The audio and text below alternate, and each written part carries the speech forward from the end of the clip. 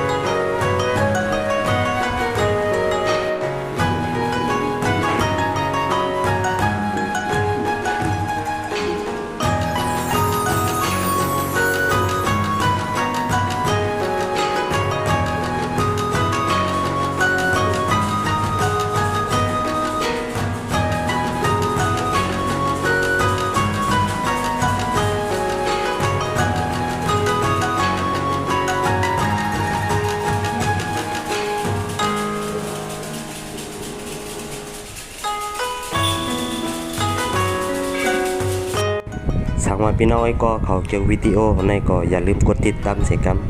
นั่งฮือตีหันไลคลิปวิดีโอใหม่ๆที่มานั้น